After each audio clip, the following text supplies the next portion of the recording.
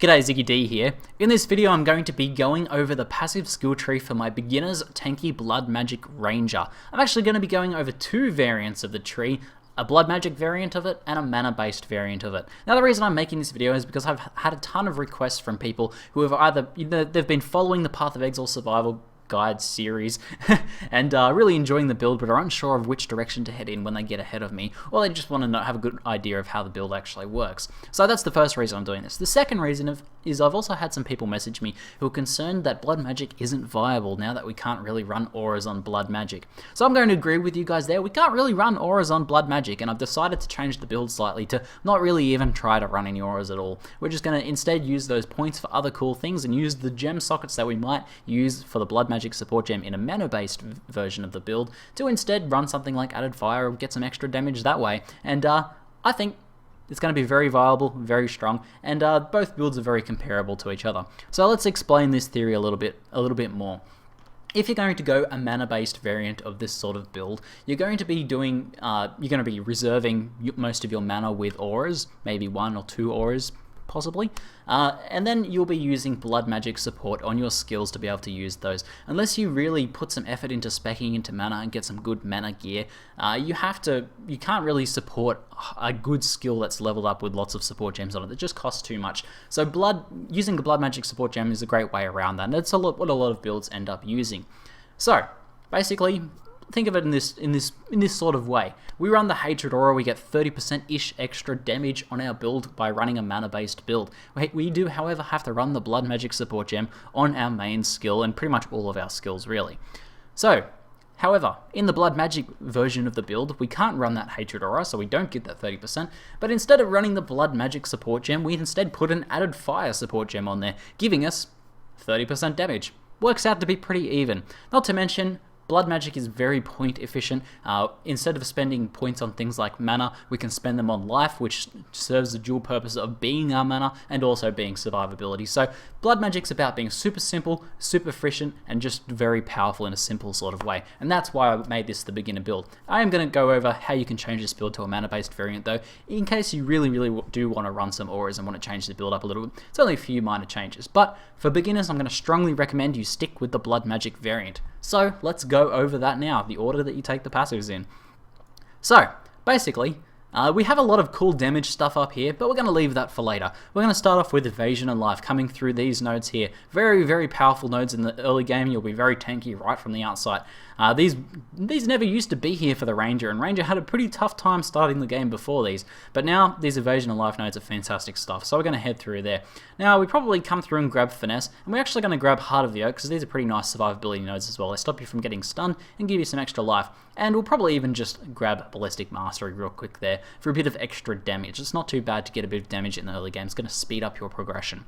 So from there, we're going to head down. We're going to grab this life here. Then we're going to come down south and grab the Thick Skin cluster of life as well. You'll notice a theme that we're kind of beelining for a particular area of the tree, but we're going to stop and grab all of the life along the way.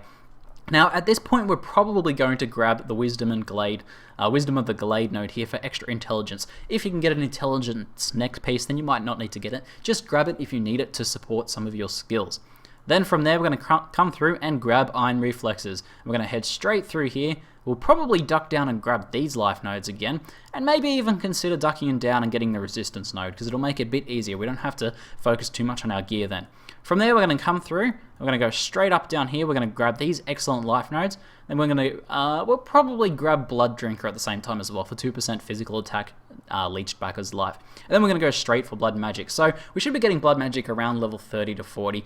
Maybe if we feel like we can skip out on some of these nodes, for example, we might be able to get those later and then pick up those. You can support Blood Magic pretty early on, so if we can pick it up around the 30s, we'll try and see. But that'll be something I wing as I am doing the build based on, builds can be pretty organic. You change them and you adapt them for how things are feeling in game at any one time. From there, we're going to come up and grab Resolute Technique straight away. Very powerful node. And then we're going to come in and grab all of this Templar start area stuff. We won't get Elemental Adaptation until right at the end game when we have capped resistances. So don't even worry about that now. So from there, I should have mentioned we will grab Unwavering Stance while passing through here. So from there, at this point in the game, we're going to have tons of strength. So we'll come down and grab Iron Grip. This will give us a big damage boost after essentially getting a lot of survivability. This is all kind of survivability. However, Resolute Technique kind of makes it a bit easier to deal damage as well, because you won't be missing as often, or you'll never miss. From there, I think probably the best solution would be to head up into the Duelist and grab these excellent nodes here. They're super efficient. It's only a few points to get into there. And then finally, to round things off, we will come through here, grab this extra damage nodes, grab this Frenzy node, grab the life, grab some more evasion and life here, come up through here and grab this Frenzy node. Now you'll notice in this variant of the build, the Blood Magic build, with the things I took out from mana and stuff like that, since we're not worried about running auras on this build now, I was actually able to pick up 1, 2, and 3 Frenzy nodes. I believe I got all of the Frenzy nodes. 1, 2, and 3. Yes, we did get all. Just had to double check there. Now this is going to be really awesome. We're going to be able to run Frenzy as our main attack. It's going to give us much more damage all around, and this is just one of the benefits we get from keeping the build nice and simple by going Blood Magic.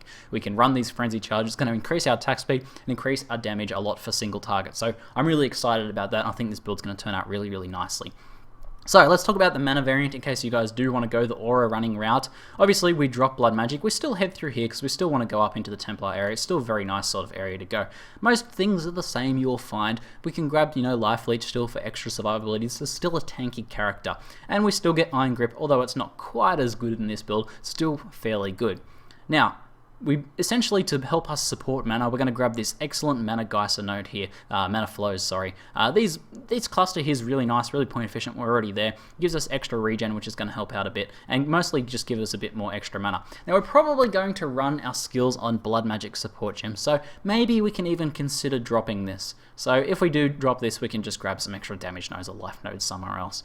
But other than that, we grab the Charisma cluster up here, which will help us support those auras. This plus a reduced reduced mana cost support gem will allow us to run 2, maybe even 3 auras. I'm pretty sure we'll at least be able to get 2 good auras on our mana and use Blood Magic support gems for our skills. So this is what I would do if I was going to do a mana based build. Only a few small changes. I don't think it's going to be as good as the Blood Magic build. This build I think runs really, really nicely as Blood Magic. Keeps things nice and simple. So I highly recommend that. But just in case you guys want to check out this mana variant of the build, I'll put both links down in the description below. So hopefully this has been helpful. I know a lot of you guys have been wanting something like this. I'm ZiggyD, and thanks for watching.